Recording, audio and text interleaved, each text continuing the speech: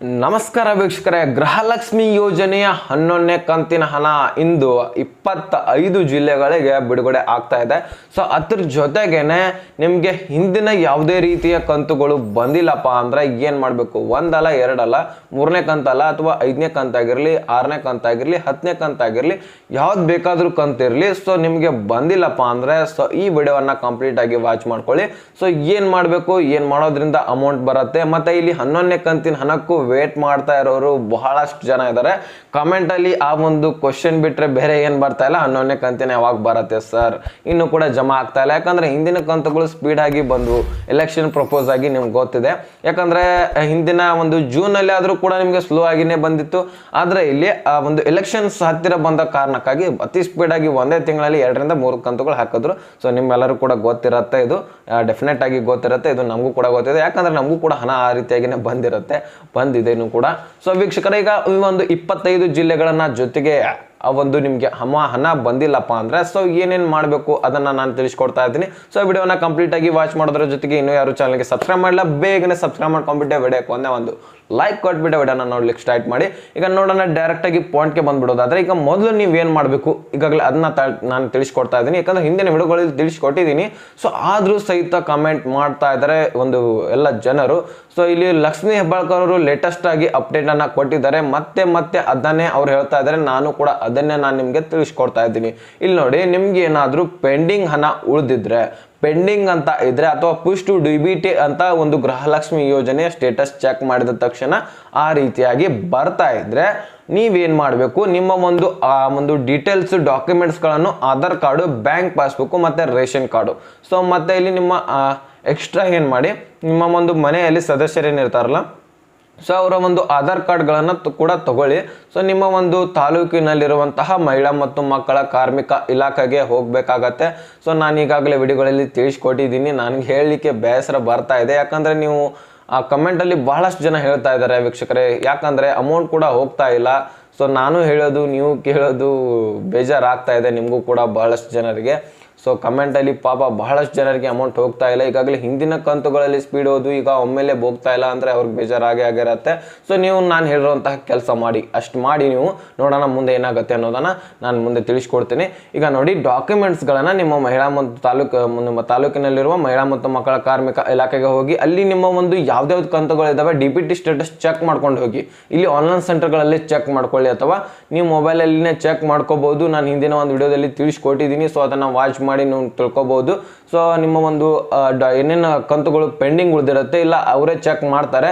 So ಯಾವ್ಯಾವ ಕಂತುಗಳು pending ಉಳಿದಿರ್ತವೆ ಆ ಒಂದು ಅಮೌಂಟು ನಿಮ್ಮ ಡಾಕ್ಯುಮೆಂಟ್ಸ್ಗಳು ಕ್ಲಿಯರ್ ಇದ್ರೆ ಮಾತ್ರ ಹಾಕ್ಕೊಡ್ತಾರೆ.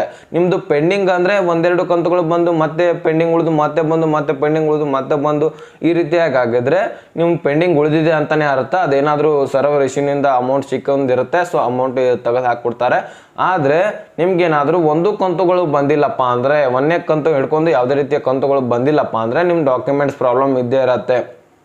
ಮುಖ್ಯವಾಗಿ NPCI ಮ್ಯಾಪಿಂಗ್ ಮಾಡಿಸ್ಕೋಬೇಕಾಗತ್ತೆ. ನೆಕ್ಸ್ಟ್ ಆಧಾರ್ ಕಾರ್ಡ್ ಸೀಡಿಂಗು, ಇವೇ ಮೇನ್ ಆಗಿರಲ್ಲ. ಬಹಳಷ್ಟು ಜನರದು NPCI ಆಗಿಲ್ಲ, ಅವ್ರಿಗೆ ಗೊತ್ತೂ ಕೂಡ ಇಲ್ಲ. ಮತ್ತು ಇಲ್ಲಿ ಹೋದ ತಕ್ಷಣ ಅವರು ಕೂಡ ಆಗಿದೆ ಅಂತ ಹೇಳ್ತಾರೆ, ನಿಮಗೂ ಕೂಡ ಗೊತ್ತಾಗ್ತಾ ಇಲ್ಲ, ಅಮೌಂಟ್ ಕೂಡ ಬರ್ತಾ ಇಲ್ಲ. ಇಂತಹ ಒಂದು ಪ್ರಾಬ್ಲಮ್ ಬಹಳಷ್ಟು ಜನರಿಗೆ ಆಗಿದೆ.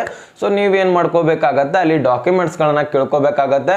ಅಲ್ಲಿ ಕೊಟ್ಟು ಏನೇನು ತಪ್ಪಾಗಿದೆ, ಡಾಕ್ಯುಮೆಂಟ್ಸ್ ಏನಾದರೂ ಕರೆಕ್ಷನ್ ಮಾಡ್ಕೊಳ್ಳೋದಿದೆ, ತಿದ್ದುಪಡಿ ಮಾಡ್ಕೊಳ್ಳೋದಿದ್ರೆ ನೀವು ತಕ್ಷಣ ಹೋಗಿ ತಿದ್ದುಪಡಿ ಮಾಡಿಸ್ಕೊಂಡು ಮತ್ತೊಂದು ಸಾರಿ ಅರ್ಜಿ ಸಲ್ಲಿಸಬೇಕಾಗತ್ತೆ, ಮತ್ತೊಂದು ಸರಿ ಅರ್ಜಿಯನ್ನ ಸಲ್ಲಿಸಬೇಕಾಗತ್ತೆ. ಆದ್ರೆ ಡಾಕ್ಯುಮೆಂಟ್ಸ್ ಕ್ಲಿಯರ್ ಇದ್ರೆ ಆದ್ರೂ ಸಹಿತ ಅಮೌಂಟ್ ಬಂದಿಲ್ಲಪ್ಪ ಅಂದ್ರೆ 1 ಅಲ್ಲ 2 ದಿನಗಳಲ್ಲಿ ಅಮೌಂಟ್ ಅವರೇ ಹಾಕೊಡ್ತಾರೆ. ಸೊ ಇದಂತೂ ಕ್ಲಿಯರ್. ಅವರು ಲಕ್ಷ್ಮೀ ಹೆಬ್ಬಾಳ್ಕರ್ ಅವರು ದಿನೇ ಅದನ್ನೇ ಹೇಳ್ತಾ ಇರೋದು. ಯಾಕಂದ್ರೆ ನ್ಯೂಸ್ ಅವರು ಕೂಡ ಅದನ್ನೇ ಕೇಳ್ತಾ ಇದ್ದಾರೆ. ಯಾಕಂದ್ರೆ ಜನರು ಕೂಡ ನಮ್ಗೆ ಅಮೌಂಟ್ ಬರ್ತಾ ಇಲ್ಲ ಅಂತಾನೆ ಹೇಳ್ತಾ ಇದ್ದಾರೆ. ಸೊ ಅದಕ್ಕೋಸ್ಕರ ಅವರು ಅದನ್ನ ಹೇಳ್ತಾ ಇದ್ದಾರೆ, ನಾವು ಇದನ್ನು ಕೂಡ ತಿಳಿಸ್ಕೊಡ್ತಾ ಇದೀವಿ.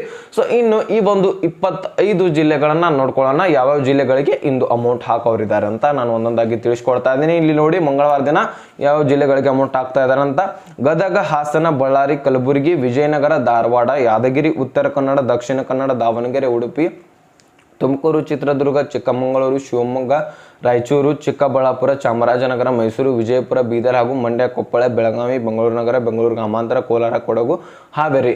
ಆಲ್ಮೋಸ್ಟ್ ಆಲ್ ಕರ್ನಾಟಕದ ಅಂತಾನೆ ಕವರ್ ಮಾಡ್ತಾರೆ ಅವರು. ಯಾಕಂದ್ರೆ ಈಗ ದಿನೇ ದಿನೇ ಸ್ವಲ್ಪ ಸ್ವಲ್ಪ ಜಿಲ್ಲೆಗಳಿಗೆ ಸ್ವಲ್ಪ ಜನರಿಗೆ, ಜಿಲ್ಲಾ ಅಂದರೆ ಪೂರ್ತಿಯಾಗಿ ಎಲ್ಲ ಜನರಿಗೂ ಕೂಡ ಬಿಡಲ್ಲ ಅವರು. ನಾನು ನೋಡ್ತಾ ಇದ್ದೀನಿ. ಯಾಕಂದರೆ ಎಲ್ಲರಿಗೂ ಕೂಡ ಬಿಟ್ಟರೆ ಎಲ್ಲ ಒಮ್ಮೆಲೆ ಮುಕ್ತಾಯ ಆಗಬೇಕಲ್ಲ, ಯಾಕೆ ಮುಕ್ತಾಯ ಆಗ್ತಾ ಇಲ್ಲ, ಸ್ವಲ್ಪ ಜನರಿಗೆ ಯಾಕೆ ಹೋಗ್ತಾ ಇದೆ? ಸೊ ಈ ಒಂದು ಕ್ವಶನ್ ಎಲ್ಲರ ತಲೆಯಲ್ಲಿ ಉಂಟಾಗ್ತಾ ಇದೆ. ಸಹಜವಾಗಿ ನನ್ನ ತಲೆಯಲ್ಲೂ ಕೂಡ ಕ್ವಶನ್ ಉಂಟಾಗಿದೆ. ಯಾಕಂದರೆ PM ಕಿಸಾನ್ ಯೋಜನೆ ಥರ ಡೈರೆಕ್ಟಾಗಿ ಅಮೌಂಟ್ ಹಾಕಬೇಕು ಇವರು. ಯಾರ್ಯಾರ್ದು ಅರ್ಜಿಯನ್ನು ಸಲ್ಲಿಸಿರ್ತಾರೆ ಅವ್ರದ್ದೊಂದು ಪಟ್ಟಿ ರೆಡಿ ಮಾಡಿ ಒಂದು ಬಟನ್ ಒತ್ತಿದ್ರೆ ಸಾಕು, DBT ಮುಖಾಂತರ ಎಲ್ಲರ ಖಾತೆಗೆ ಹಣ ಜಮಾ ಆಗಬೇಕು. ಒಂದಲ್ಲ 2 ದಿನ ಟೈಮ್ ತಗೊಳ್ಳಿ, ಅಮೌಂಟ್ ಹಾಕಬೇಕಲ್ವಾ? ಯಾಕೆ ಲೇಟ್ ಮಾಡ್ತಾ ಇದ್ದಾರೆ ಅನ್ನೋದು ತಿಳಿತಾ ಇಲ್ಲ. ಸ್ವಲ್ಪ ಮಾತ್ರ ಡಿಲೇ ಆಗತ್ತೆ, ಅಮೌಂಟ್ ಹಾಕ್ತಾ ಇದ್ದಾರೆ, ಆದರೆ ಸ್ವಲ್ಪ ಲೇಟಾಗಿ ಬರ್ತಾ ಇದೆ. ಸೊ ನೀವು ವೇಟ್ ಮಾಡಲೇಬೇಕಾಗತ್ತೆ. ನೋಡೋಣ ಈ ಒಂದು ಜಿಲ್ಲೆದವ್ರು ಯಾರಿದ್ದಾರೆ ಕಮೆಂಟಲ್ಲಿ ಹೇಳಿ. ನಿಮಗೆ ಅಮೌಂಟ್ ಬಂದಿದ್ರು ಸಹಿತ ಹೇಳಿ, ನೋಡೋಣ ಎಷ್ಟು ಜನರಿಗೆ ಅಮೌಂಟ್ ಬರ್ತಾ ಇದೆ, ಬರ್ತಾ ಇಲ್ಲ ಅದನ್ನು ನಾವು ತಿಳ್ಕೊಳ್ಳೋಣ. ಬರಲಿಲ್ಲ ಅಂದರೂ ಕೂಡ ಕಮೆಂಟಲ್ಲಿ ಹೇಳಿ, ಸರ್ ನಮಗೆ ಬಂದಿಲ್ಲ ಅಂತ. ನೋಡೋಣ ಇನ್ನೇನು ಮಾಡ್ತಾ ಇದ್ದಾರೆ ಕೆಲಸ, ಇವರು ಕರೆಕ್ಟಾಗಿ ಹಾಕ್ತಾರ ಇಲ್ಲ ಎಂಬುದನ್ನು ತಿಳ್ಕೊಳ್ಳೋಣ ವೀಕ್ಷಕರೇ. ಸೊ ಈ ರೀತಿಯಾದಂತಹ ಮಾಹಿತಿ ಇದ್ದು ನಾನು ತಿಳಿಸ್ಕೊಡೋಣ ಅಂತ ವಿಡಿಯೋ ಮಾಡಿದ್ದೆ. ವಿಡಿಯೋ ಇಂಪಾರ್ಟೆಂಟ್ ಅನಿಸಿದ್ರೆ, ನಿಮಗೆ ಅರ್ಥ ಆಗಿದ್ರೆ ಲೈಕ್ ಮಾಡಿ, ನಿಮ್ಮ ಸ್ನೇಹಿತರಿಗೂ ಕೂಡ ಶೇರ್ ಮಾಡಿ, ಅವ್ರಿಗೂ ಕೂಡ ಗೊತ್ತಾಗಲಿ. ಹಾಗೆ ಸಬ್ಸ್ಕ್ರೈಬ್ ಮಾಡಿ ಅಂತ ಹೇಳ್ತಾ ಮತ್ತೆ ಮುಂದಿನ ಮಾಹಿತಿ ಸಿಗೋಣ. ಅಲ್ಲಿ ತನಕ bye bye, take care friends.